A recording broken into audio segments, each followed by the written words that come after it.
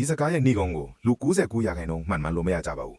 အန်နာနိုးလာတဲ့အခါတာမန်မိုးရွာနေတာလို့ပဲထင်ခဲ့တာမမြောင်လင်ပဲပဒင်းပေါက်ကနေရေဒီဝင်လာပြီးဒုတိယဓာတ်အထိမြုပ်နေပါပြီသူသားဇီရင်ကတော့ဘာမှမသိပဲကျမ်းပြင်ပေါ်မှာပျော်ပျော်ကြီးရေကူးတင်နေတော့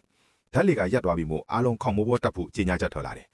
အန်နာပစ္စည်းတွေအမြန်သိမ်းနေတော့သူတေသနာဌာနလုံခြုံရေးစီကဖုန်းလာတယ်သူ့ကိုအမြန်ဆုံးအဖို့တက်ဖို့ပြောပြီးမယ်ဖုန်းလိုင်းပြတ်တောက်သွားရတယ်အန်နာလှည့်ကြည့်လိုက်တော့ဧည့်ခန်းတွေကသူ့သားပျောက်နေတာတွေ့လိုက်ရတယ်နောက်ဆုံးတော့ဗီဒီယိုထဲမှာသူ့သားကိုပြန်ရှာတွေ့ခဲ့တယ်လက်ကားသစ်တွေပေါ်မှာလည်းလူတွေအုပ်အုပ်ကြက်ကြက်ဖိနေကြပါပြီအန်နာကသားကိုပွေတယ်တခြားလက်ကားဘက်ကိုပြောင်းသွားတယ်ဒါပေမဲ့ရီတက်တာမြန်လွန်းလို့မျက်စိတမိတ်တတိယတက်အထိရောက်လာတယ်လူအများပြားရီတဲကိုမျောပါသွားကြတယ်ခုနှစ်ထပ်ခွဲကိုရောက်တဲ့အခါမှာတော့အမိုက်တွေပိတ်နေလို့ရှီစက်တက်လို့မရတော့ဘူးအဲ့ဒီအချိန်မှာပဲအန်နာကမျက်နှာချင်းဆိုင်ကစွန်းကြောက်ရှိကိုလှန့်တွေ့လိုက်တယ်လက်လန်းပြလုံးရှိသေးရေလိုင်းကြီးကမှန်တွေကိုရိုက်ခွဲပြီးအချက်တစ်ခုလုံးကိုဝါမျိုးသွားတယ်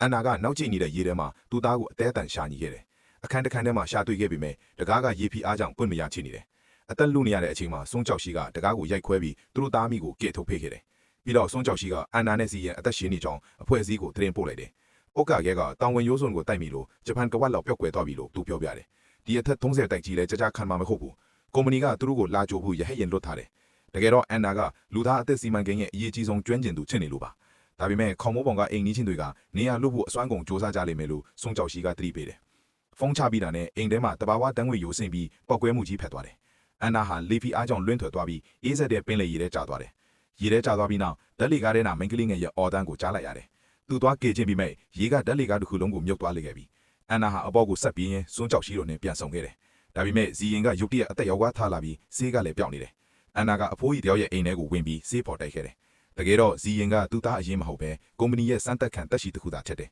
။ဒါပေမဲ့ဒီဘေးဒုက္ခကိုအတူဖြတ်ကျော်ပြီးနောက်ဇီရင်ဟာသူ့အသက်ထက်အရေးကြီးလာတယ်။အဲ့ဒီအချိန်မှာပဲစွန်းကြောက်ရှိတာအမှန်တကူကိုဖွင့်ပြလိုက်တယ်။အဖွဲ့အစည်းကအန်နာတယောက်တည်းကိုပဲခေါ်ဖို့ရည်ရွယ်တာ။ဇီရင်ကိုတော့စမ်းသက်ပစ္စည်းအဖြစ်ပြန်သိမ်းဆည်းရမှာဖြစ်တယ်။ခေါင်မိုးပေါ်ရောက်တဲ့အခါလုံခြုံရေးတွေကဇီရင်ကိုအတင်းအတန်းလူယူသွားကြတယ်။နောက်တစ်စက္ကန့်မှာတနက်တန်ထွက်ပေါ်လာပြီးလုံခြုံရေးအားလုံးအသက်ခံလိုက်ရတယ်။တကယ်တော့အန်နာတယောက်တည်းကိုလွဲလို့ကျန်တဲ့သူအားလုံးအသက်ခံရမှာဖြစ်တယ်။လုံးပြန်ပေါ်ရောက်သွားတဲ့အခါကဘာကြီးကမကြခင်ပစ္စည်းသွားမယ်လို့သူသိလိုက်ရတယ်။ဒါပေမဲ့အန်နာဟာလုံးပြန်လွတ်တဲနေတော့မှပဲယောဂနဲ့တေးဆုံးသွားခဲ့တယ်။မတိခင်မှာသူ့ရမှတ်ညမ်းတွေကို program အဖြစ်ပြောင်းလဲပေးဖို့တောင်းဆိုခဲ့တယ်။ဒါမှဒါဒီ program တွေမှာသူ့သားကိုထပ်ခါပြန်ကဲနိုင်မှာမို့လို့ပါ။သူဟာစမ်းသက်ခံအဖြစ်ပြောင်းလဲခံယူပြီးအဲ့ဒီကဘာထဲမှာအချင်းချင်းပြန်လဲရှင်းတတ်နေခဲ့တယ်။သူပြန်နိုးလာတဲ့အခါအင်ဂျီဘော်ကနံပါတ်491ဟာ491ကြိမ်မြောက်ကဲတင်ခြင်းဖြစ်တယ်။ဒီတစ်ခေါက်မှာလဲသူ့သားကပင်လယ်လဲကျသွားပြီးသူကိုယ်တိုင်လဲကားတိုက်ခံပြန်လို့အချိန်ပေါင်း4000ခုရမြောက်မှာတော့မိန်းကလေးငယ်ကိုကဲနိုင်ခဲ့တယ်။အချိန်ပေါင်း9993မြောက်မှာကိုဝင်းစောတဲ့ကိုကူညီပေးနိုင်ခဲ့တယ်။အဲ့ဒီအချိန်မှာပဲဇီရင်သူ့ဖုန်းနဲ့ပို့ထားတဲ့ပုံလေးကိုတတိယအီဖွင့်ကြည့်လိုက်တယ်